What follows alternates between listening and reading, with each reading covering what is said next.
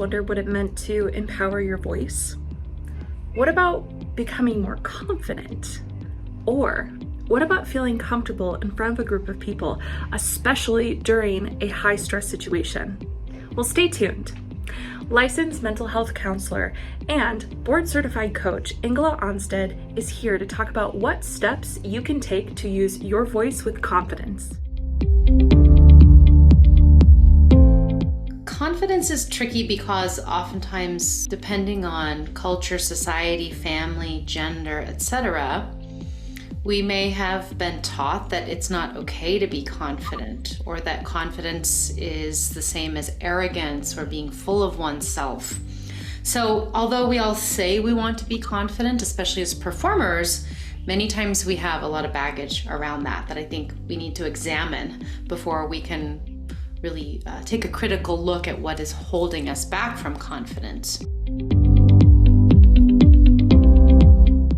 I think a lot of times when you're in your sort of up and coming years, you believe that if you figure out your voice and sing with perfect technique, you will magically become confident. That is not the case, friends. Confidence has to be worked on from the inside out, and there's no amount of perfection in our voice that is going to magically gift us confidence. A lot of times, the easiest way to begin working on our confidence, if we don't feel like we have enough of it, is to figure out what is the quality of my self-talk. We have to be able to kind of take that proverbial step back between the true self, the sort of, watcher, observer self, and the part of the self that has so many opinions about who we are and who other people are, where we fit in the world, where our voice is lacking, etc., and watch out how we might be speaking to ourselves. So I think self-talk is one of the easiest inroads to confidence. I do a lot of work with clients using cognitive behavioral strategies, so meaning thinking about how we think. Thinking, once again, about how we speak to ourselves. And this is not a matter of positive affirmations. And I like to make that really clear. For your average person, a positive affirmation is not going to work. Because if I don't think I have great high notes, there's no amount of looking in the mirror and telling myself my high notes are the best in the world that is going to make me believe that. My brain is going to be like, that's BS. I don't believe a word you're saying, and we're stuck right back where we were.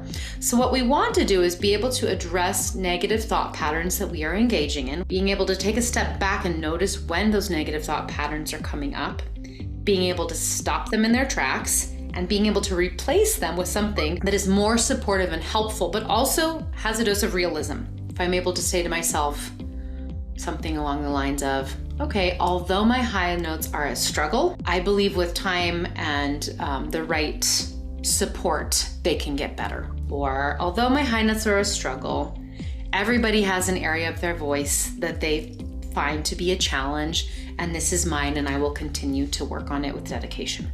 So those are just some examples, but we have to literally practice those thoughts because those are not the thoughts that are going to come naturally. What our brain wants to naturally do is just lean into its negativity bias and go, you're crap and everything's crap and everything you do is crap. And we have to be able to stop that in its tracks and say, whoop, hold up, that's not helping me. Because those thoughts have an emotional impact on me. They also then have a behavioral impact on me, right? So if we kind of think of this as like a little cycle or a triangle, as it were, thoughts, emotions, and behaviors, all of these influence one another in both directions. But thoughts are really the area where we can kind of gain some access into the system. We can step in and say, I can revise and refine how I think about myself and how I talk to myself, thereby creating a gentler emotional impact or an overall better emotional impact. And then hopefully that bettered state will lead you to behaviors that are also more supportive.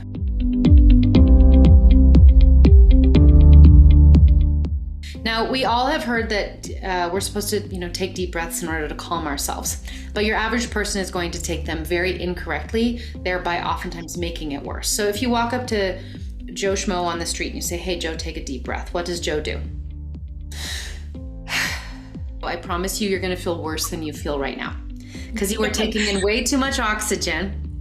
And you are not, your breathing ratio is all wrong. So if we want to start by grounding ourselves enough in the body to feel a little calmer in the body, which tends to slow down the emotional and the cognitive impact as well, we need to know how to stimulate two different nerves in the body, one being the vagus nerve, which is, I believe, the 10th cranial nerve, and it innervates the diaphragm. So when we can do a breathing exercise in which the exhale is at least twice as long as the inhale, so once again, 1 part inhale to at least 2 parts exhale, we stimulate the vagus nerve, which sets off the calming response in the body. Now we want to do this, we can do this in different ways. We can do it with a counting breath, like some people like the 4-7-8 breath, which is 4 counts inhale, 7 counts hold, 8 counts exhale. You could also do a simple 4-8. 4 inhale, 8 exhale, or the one I like to teach, which is really basic. I call it the hissing breath. You can also blow it out, and you just take in a very easy inhale, and then you hiss or blow out like you're blowing through a teeny tiny coffee straw. And we create that hissing or the teeny tiny aperture in order to dam back the exhale enough to slow it down. And then when we do that, we really get to the end of our exhale, and then we just do it 5 to 10 times in a row. We stimulate the vagus nerve. Another great one that I use with people is called the physiologic sigh. I refer to it as the sobbing breath. This is one that stimulates a nerve called the phrenic nerve that is also responsible for a calming response. And this one is where you do a big inhale and then you top it off a little bit, and then you do an exhale. So it's like this.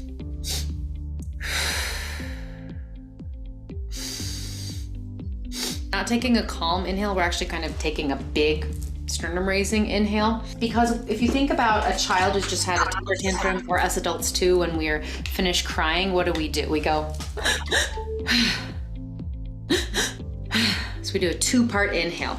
I like the hissing breath for when we're at lower levels of anxiety, and the sobbing breath or the physiologic sigh tends to work better when we're at higher levels of anxiety. So I always like to point that out to people. If your anxiety is kind of on the 1 to 5 end of a 10-point scale, try the hissing breath. If you're at like a 5 to 10 point on the anxiety scale, try the sobbing breath.